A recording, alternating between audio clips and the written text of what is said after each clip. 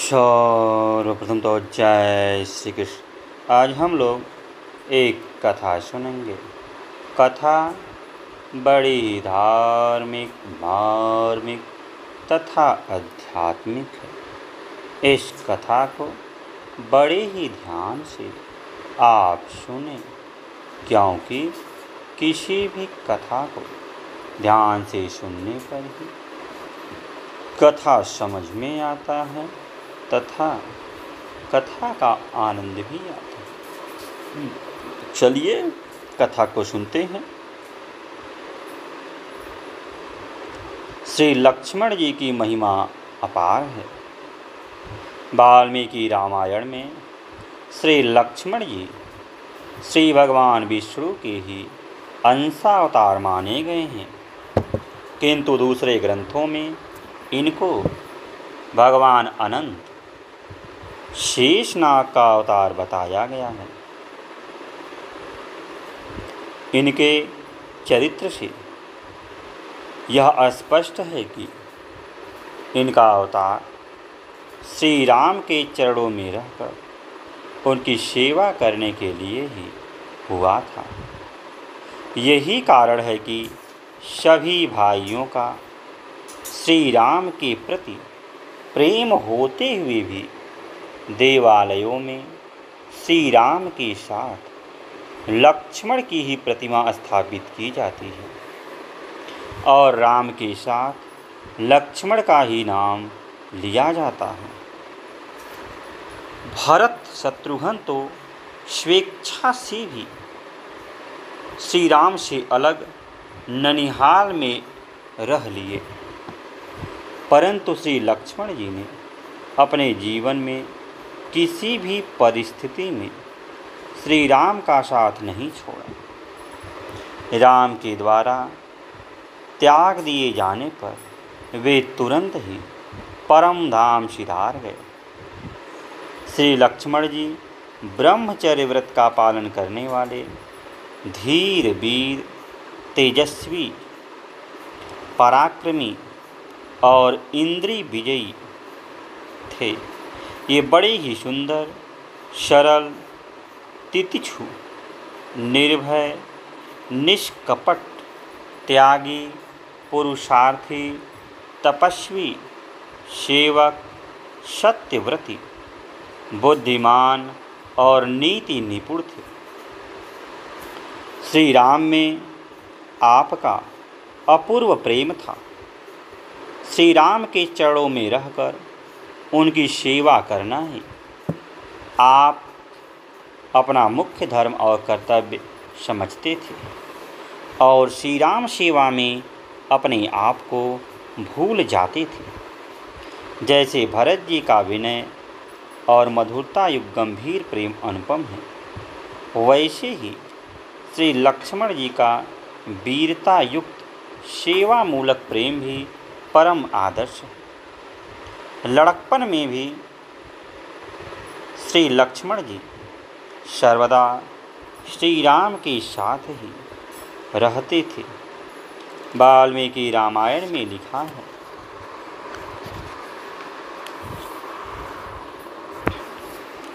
शोभा को बढ़ाने वाले श्री लक्ष्मण बाल्यकाल से ही बड़े भाई लोकाभिराम श्री राम में सदा ही स्वाभाविक गाढ़ स्नेह रखते हैं। वे श्री रामचंद्र जी की सेवा और सभी प्रिय कार्य सदा अपने शरीर से ही किया करते हैं। शोभा संपन्न श्री लक्ष्मण भगवान श्री राम के मानो दूसरे प्राण ही हैं, क्योंकि उनके बिना पुरुषोत्तम श्री राम को निद्रा भी नहीं आती थी। छोटी अवस्था में ही श्री लक्ष्मण जी अपने भाई श्री राम के साथ विश्वामित्र की यज्ञ रक्षा के लिए चले गए। वहाँ ये सदा श्री राम की ही सेवा में लगे रहते, पत्तों के बिछौनों पर शयन करते और श्री राम जी के साथ रहकर उनके आज्ञा अनुसार राक्षसों का वध करके मुनि के यज्ञ की रक्षा करते थे। विश्वामित्र के यज्ञ की रक्षा करके दोनों भाई उनके साथ जनकपुर गए। वहाँ धनुष भंग के बाद सब भाइयों का विवाह संस्कार संपन्न हुआ। सभी अयोध्या को लौटकर आनंद से रहने लगे। भरत शत्रुघ्न ननिहाल चले गए। पीछे से राजा दशरथ की इच्छा और मंत्रिवर्ग तथा प्रजा की सम्मति से राम के राज्याभिषेक की तैयारी हुई। यह देखकर लक्ष्मण के आनंद का पारा या पार न रहा। श्री राम को राज सिंहासन पर विराजमान देखने के लिए लक्ष्मण कितने लालायित थे, इसका पता राज सिंहासन के बदले वनवास की आज्ञा होने पर उनके उभरे हुए क्रोध को देखने से लगता है। जो बात मन के जितनी प्रतिकूल होती है, उस पर उतना ही अधिक क्रोध आता है। मंथरा भी कैकेयी को भारती हुई श्री लक्ष्मण के प्रेम की इस प्रकार बड़ाई करती है। लक्ष्मण सदा श्री राम की रक्षा करती हैं और राम सदा उनकी रक्षा करते हैं। उन दोनों भातृ प्रेम अश्वनी कुमारों की भांति जगत में प्रसिद्ध है। इसके बाद जब श्री राम वन जाना स्वीकार करके माता कौशल्या से आज्ञा लेने गए, उस समय लक्ष्मण भी साथ ही थे। वे हर हालत में श्री राम के पीछे ही रहते थे। श्री राम ने माता कौशल्या को सारी कथा सुनाई।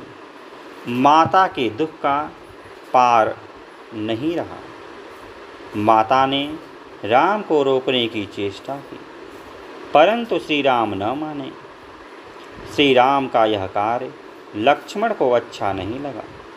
वे राम के पूर्ण अनुयायी थे, परंतु उन्हें अपना हक छोड़ते देखकर वे शांत न रह सके। माता कौशल्या को विलाप करते देखकर श्री लक्ष्मण जी कहते हैं, देवी, मैं आपसे सत्य, धनुष, दान तथा यज्ञ आदि की शपथ करके कहता हूँ कि पूज्य भाई श्री राम में मेरा हार्दिक दृढ़ अनुराग है।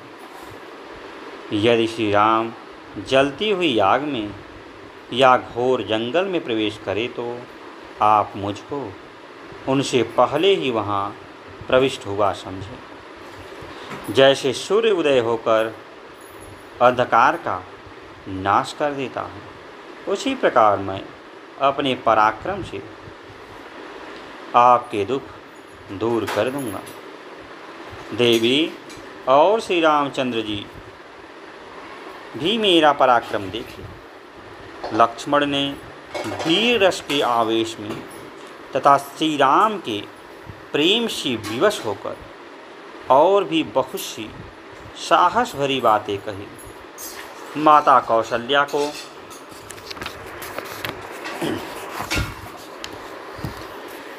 लक्ष्मण समझाने के बाद श्री राम लक्ष्मण को सांत्वना देते हैं।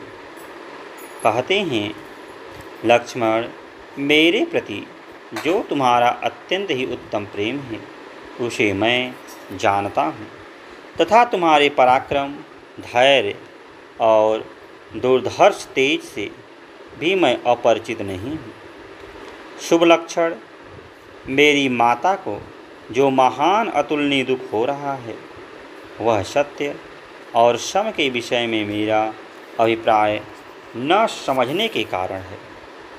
संसार में धर्म ही सर्वश्रेष्ठ है। धर्म में भी ही सत्य तत्व प्रतिष्ठित है। अतः ऐसा मैं पिताजी की आज्ञा का उल्लंघन नहीं कर सकता। वीर पिताजी की आज्ञा से ही माता कैकेयी ने मुझे वन जाने के लिए कहा है। इसलिए केवल छात्र धर्म का अवलंबन करने वाली इस ओझी बुद्धि का त्याग करो, धर्म का आश्रय लो, तीक्ष्ण भाव को छोड़ो और मेरे विचार के अनुसार चलो।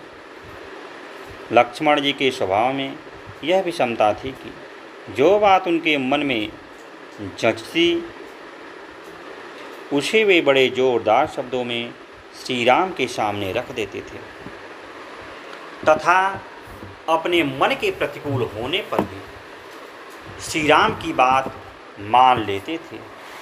उनके स्वभाव में पुरुषार्थ और वीरत्व छलकते थे। इसी कारण जब श्री राम ने प्रारब्ध को बलवान बताकर लक्ष्मण को समझाने की चेष्टा की, तब उन्होंने कहा, जो कायर है, जिसमें पराक्रम का नाम नहीं है, वह प्रारब्ध भरोसा करता है। सारा संसार जिसको आदर की दृष्टि से देखता है, वे वीर पुरुष दैव की उपासना नहीं करते। जो अपने पुरुषार्थ से दैव को दबाने की शक्ति रखता है, वह दैव के द्वारा किसी कार्य में बाधा उपस्थित की जाने पर खेद नहीं करता।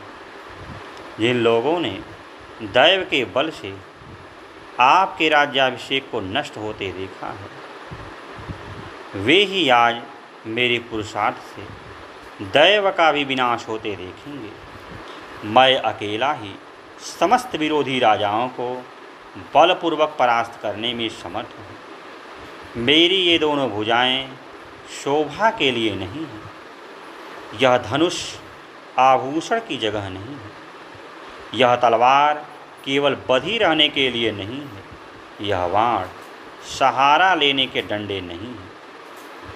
इसके बाद माता कौशल्या और सीता से बातचीत होने पर जब उनको श्री राम का अंतिम निर्णय मालूम हो गया, तब आप अपना सारा पक्ष सर्वथा छोड़कर सब प्रकार से श्री राम का अनुसरण करने के लिए तैयार हो गए। श्री राम को वन में जाने के लिए तैयार देखकर उनके साथ जाने को वे व्याकुल हो उठे। भाई के विरह का दुख उनके लिए असहाय हो गया।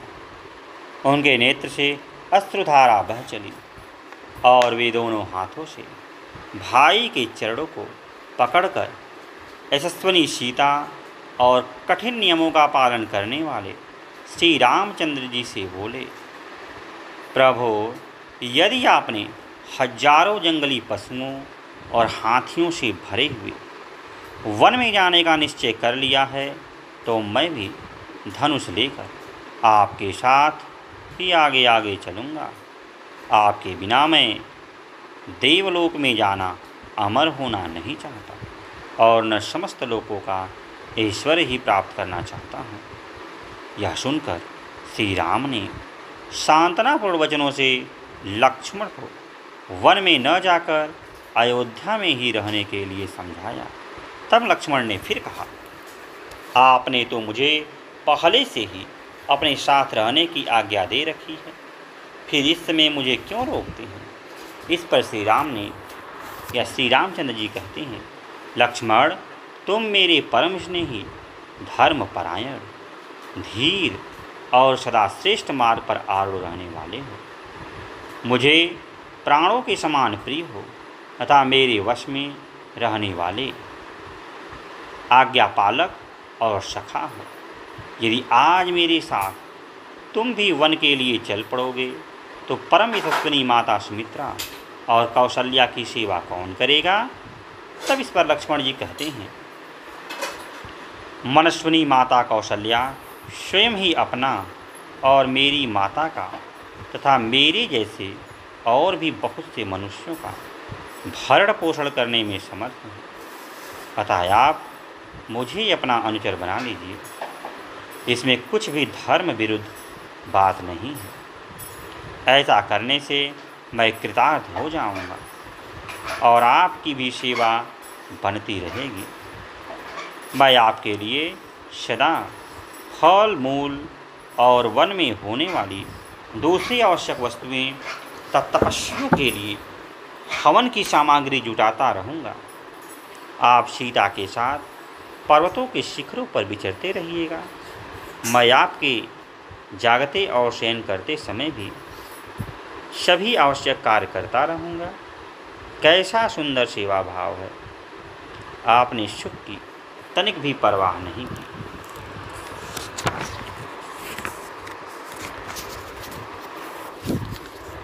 फिर क्या था? ऐसा दृढ़ प्रेम ग्रह देखकर भगवान श्री राम को उनकी प्रार्थना स्वीकार करने के लिए बाध्य होना पड़ा।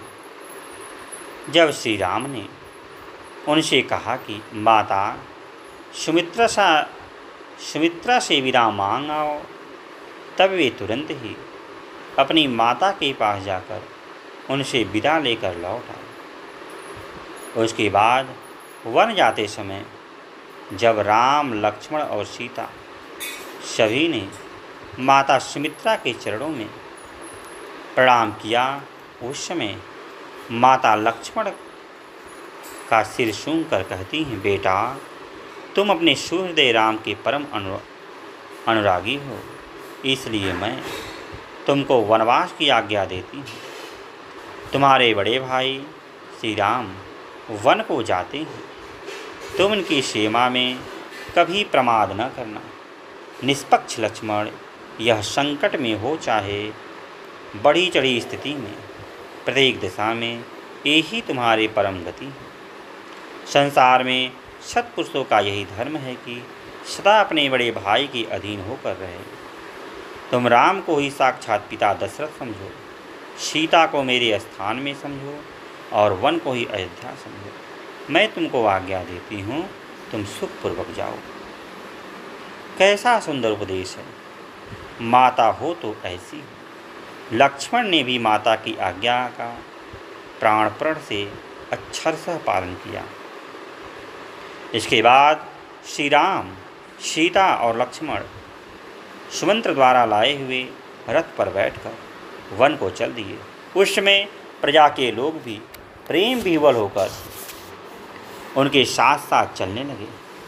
जब बहुत समझाने पर भी प्रजाजन अयोध्या की ओर न लौटे, तब लक्ष्मण और सीता सहित श्री राम सबको तमसा के तट पर सोते छोड़कर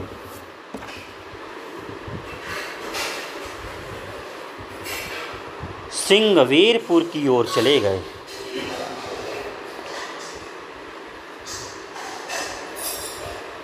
वहाँ वे निषाद राज गुह से मिले। उनको सब बातें समझाई। संध्योपासना के अनंतर लक्ष्मण गंगा जल ले आए। उसी को पीकर श्री राम और सीता लक्ष्मण द्वारा तैयार की हुई घास और पत्तों की शैया पर सोए। उस समय लक्ष्मण ने उनके चरणों को धोया। फिर वे कुछ हटकर पास ही दूसरे वृक्ष के नीचे जा बैठे। इस प्रकार भाई के स्वाभाविक अनुराग से लक्ष्मण को जागते देखकर गुह ने कहा, भाई लक्ष्मण, आपके लिए शैया तैयार है, आप सुखपूर्वक सो जाइए। मैं अपने बांधवों सहित हाथ में धनुष लिए पहरा देता रहूँगा।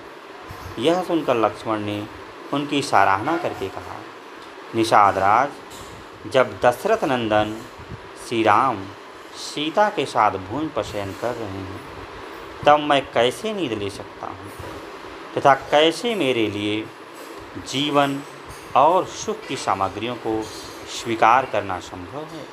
देखो, संपूर्ण देवता और असुर मिलकर भी युद्ध में जिनके वेग को सहन नहीं कर सकते, वे ही श्री राम आज सीता के साथ तिनकों पर सुख से सो रहे हैं। इसके बाद सवेरा होते ही गंगा तट पर पहुंचकर श्री राम ने सुमंत्र को विदा किया। फिर नौका पर बैठकर तीनों गंगा के उस पार गए। वहाँ से चलकर रात्र में वरदा नदी के पार एक वृक्ष के नीचे ठहरे। लक्ष्मण ने वहाँ की भूमि साफ करके कोमल पत्तियाँ बिछा दी। श्री राम और सीता उस पर बैठ गए। वहाँ माता पिता के लिए शोक करते हुए श्री राम ने लक्ष्मण से कहा, भाई लक्ष्मण, तुम अयोध्या को लौट जाओ। वहाँ जाकर माताओं की सेवा करो। सीता के साथ मुझे अकेले ही वन में जाने दो। इस पर लक्ष्मण ने बड़े हृदयग्राही वचन कहे, रघुनंदन, आपके बिना न तो सीता जी ही और न मैं ही जल से अलग की हुई मछलियों की भांति मुहूर्त भर भी जी सकते हैं, परंतु इस समय मैं आपको छोड़कर न तो माता सुमित्रा को, न पिता को तथा न भाई शत्रुघ्न को और न स्वर्ग को ही देखना चाहता हूँ। उसके बाद सवेरा होने पर वहाँ से चलकर तीनों मुनिवर भरद्वाज से मिले और एक दिन उनके आश्रम में विश्राम किया। दूसरे दिन उनके दिखाए हुए मार्ग से चित्रकूट की ओर चल पड़े। यमुना तट पर पहुंचकर उससे पार उतरने के लिए लक्ष्मण ने एक बेड़ा तैयार किया। उसमें सीता के बैठने के लिए एक सुंदर बेत का सिंहासन बनाया। सीता कुछ लज्जित होकर उस पर बैठ गई। श्री राम सहित लक्ष्मण स्वयं ही उस बेड़े को खेकर यमुना पार ले गए। उस बेड़े से उतरकर आगे आगे लक्ष्मण, पीछे सीता और उनके पीछे दोनों की रक्षा करते हुए श्री राम चले।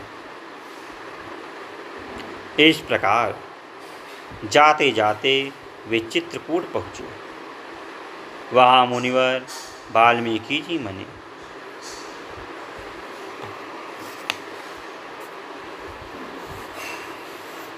फिर श्री राम की आज्ञा लेकर लक्ष्मण ने स्वयं ही एक सुंदर पर्णशाला तैयार की।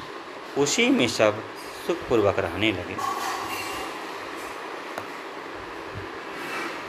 वन में रहते समय फल फूल तथा हवन की सामग्री जुटाना, सीता के वस्त्र आभूषणों की पेटी और शस्त्रों को एक स्थान से दूसरे स्थान ले जाना और उनकी संभाल रखना, जाड़े की रात में खेतों के बीच से होकर नदी से पानी ले आना, रास्ता पहचानने के लिए पेड़ों और पत्थरों पर पुराने चिथड़े लपेट रखना, झाड़ू देना, चौका लगाना, बैठने के लिए चबूतरा तैयार करना, जलाने के लिए ईंधन इकट्ठा करना और रात भर जागकर पहरा देते रहना, ये सभी काम लक्ष्मण बड़े हर्षपूर्वक सुचारू रूप से करते थे। इसके बाद जब भरत जी राम को लौटा ले जाने के लिए सेना सहित चित्रकूट के पास पहुँचे, उस समय लक्ष्मण जी को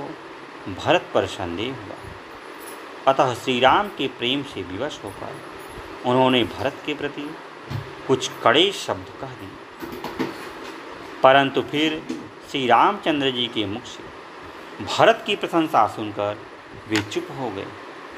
भरत जी सबसे मिलजुल कर श्री राम की चरण पादुका प्राप्त करके अयोध्या लौट गए।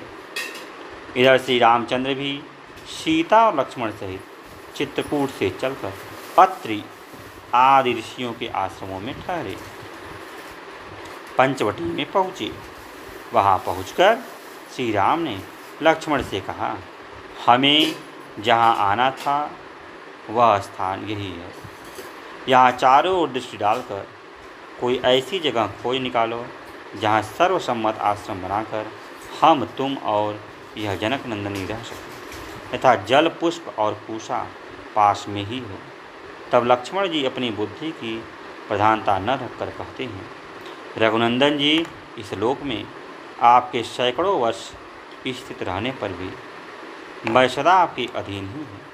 आपके सामने अपनी इच्छा से मैं कुछ नहीं करूँगा, इसलिए आप स्वयं ही अपनी रुचि के अनुकूल स्थान में मुझे आश्रम बनाने की आज्ञा दीजिए।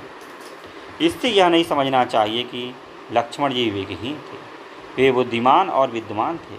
समय समय पर श्री राम के लिए बुद्धि का भी प्रयोग करते थे, किंतु उन्हें राम के किए हुए काम पर अधिक संतोष होता था।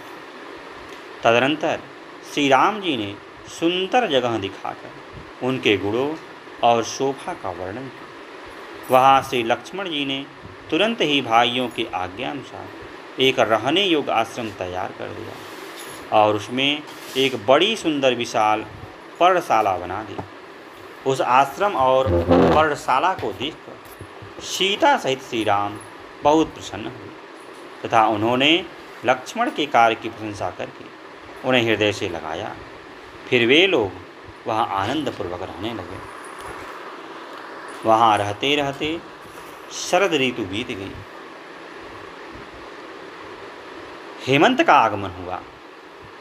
तब एक दिन विनीत लक्ष्मण ने सीता जी के साथ स्नान करने के लिए जाते हुए श्री राम से कहा, पुरुषोत्तम, इस शीतकाल में धर्मात्मा भरत आपकी भक्ति के कारण नगर में कष्ट सहन करके तप कर रहे हैं। वे राज्य और मान तथा नाना प्रकार के बहुत से भोगों का भी परित्याग करके तपस्या में संलग्न है और नियमित आहार करते हुए इस जाड़े की ऋतु में भी पृथ्वी पर ही शयन करते हैं। निश्चय ही भरत भी इसी बेला में स्नान करके या करने के लिए उद्धत होकर मंत्री एवं प्रजाजनों के साथ प्रतिदिन सरयू नदी पर जाते होंगे। अत्यंत सुख में पले हुए सुकुमार भरत जाड़े का कष्ट सहन करते हुए रात्र के पिछले पहर में सरयू जी में कैसे डुबकी लगाते होंगे। इससे उन लोगों के मत का खंडन हो जाता है जो यह कहते हैं कि लक्ष्मण जी श्री राम से ही प्रेम करते थे। भरत के प्रति तो उनका द्वेष भाव भी था। अवश्य ही श्री राम को दुख देने वालों और उनकी अवज्ञा करने वालों को वे क्षमा नहीं करते थे, परंतु जब उन्हें मालूम हो गया कि भरत का कोई दोष नहीं है बल्कि राम वियोग में भरत तपस्वी जीवन बिता रहे हैं, तब तो लक्ष्मण भरत पर पहले से भी बढ़कर परम श्रद्धा और प्रेम करने लग गए थे। एक दिन की बात है, पंचवटी आश्रम में बैठे हुए श्री राम लक्ष्मण से बातें कर रहे थे। उसी समय वहाँ सुफड़खा ने आकर श्री राम से अपने साथ विवाह करने के लिए कहा। श्री राम ने उनको लक्ष्मण के पास भेज दिया। सुफड़खा ने उनके पास जाकर भी वही बात कही। लक्ष्मण जी ने हंसकर उत्तर दिया, मैं तो उदास हूँ, अपने बड़े भाई श्री राम के अधीन हूँ। कमल वर्णी तुम मेरी स्त्री होकर दासी बनना क्यों चाहती हो? तुम श्री राम के ही पास जाओ। वह श्री राम के पास लौट आई। वहाँ जब वह सीता पर झपटी तब श्री राम की आज्ञा पाकर लक्ष्मण ने उसके नाक कान काट लिए। इसके बाद खरदूषण आदि राक्षसों ने श्री राम पर चढ़ाई की। उसको आते देखकर श्री राम ने लक्ष्मण से कहा, निसंदेह तुम इन राक्षसों को मार सकते हो, किंतु मैं स्वयं ही इन सबका वध करना चाहता हूँ। अतः तुम सीता की रक्षा के लिए उसे गुफा में ले जाओ। लक्ष्मण ने भगवान की आज्ञा मानकर वैसा ही किया। श्री राम ने जब सब राक्षसों का संहार कर दिया, फिर सुफड़का की प्रेरणा से रावण सीताहरण के लिए मारीच को साथ लेकर पंचवटी आया। वहाँ वह मारीच ने विचित्र स्वर्ण मृग का रूप बनाकर सीता का मन आकर्षित किया। सीता के कहने से भगवान श्री राम उसे मारने के लिए धनुष बाण लेकर उसके पीछे गए। वहाँ मारीच मारा गया। तो आज के लिए इतना ही। फिर किसी दिन अन्य वीडियो मिलते हैं। तब तक के लिए जय श्री कृष्ण, जय श्री कृष्ण।